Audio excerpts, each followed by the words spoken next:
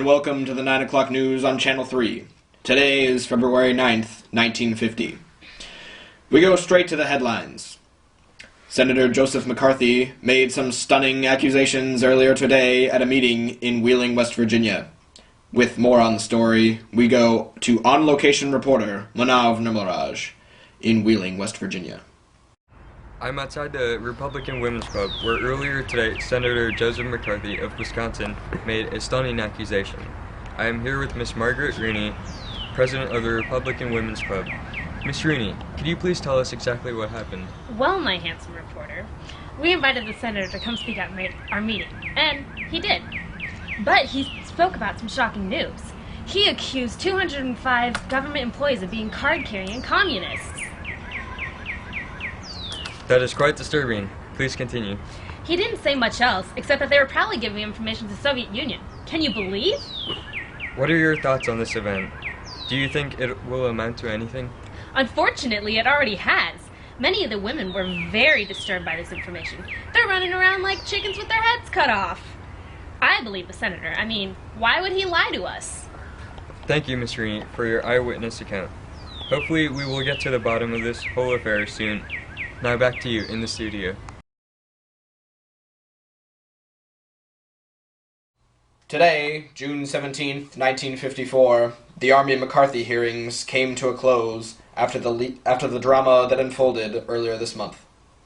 If you recall, McCarthy attacked a young legal aide of Joseph Nye Welch by saying he was a communist on June 9th.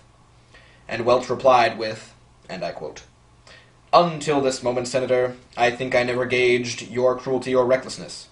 Have you no sense of decency, sir, at long last? Have you left no sense of decency?" Unquote. The hearings reached an inconclusive end.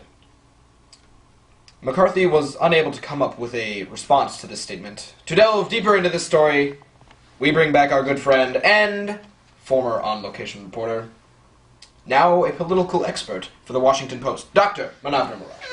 It's good to be back, Will. I bet it is, Doctor. I hope you've been well. But let's get to the interview. Were there any relationships that were changed because of these events? Well, I think the most obvious one would be the relationship between the United States government and its people. And I'm assuming this relationship was weakened. Oh, most definitely.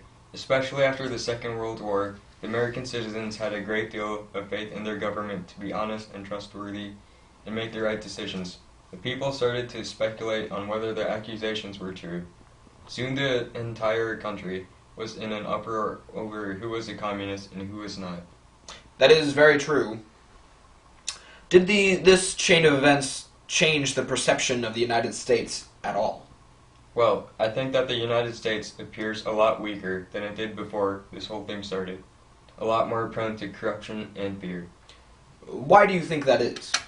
Well, neighbors turned on neighbors, brothers turned on brothers, and the U.S. just tore itself apart. The Soviet Union may have started to recognize its weaknesses. An inside attack by the Soviet Union may be inevitable. Was this ethical? What Senator McCarthy did?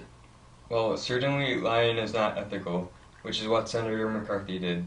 This opened the U.S. government to a lot more criticism in the future. Well, hopefully it will be constructive criticism. I think I speak for all of us when I say thank you to Dr. Nirmalraj. After a word from our sponsors, we will have more news and the weather.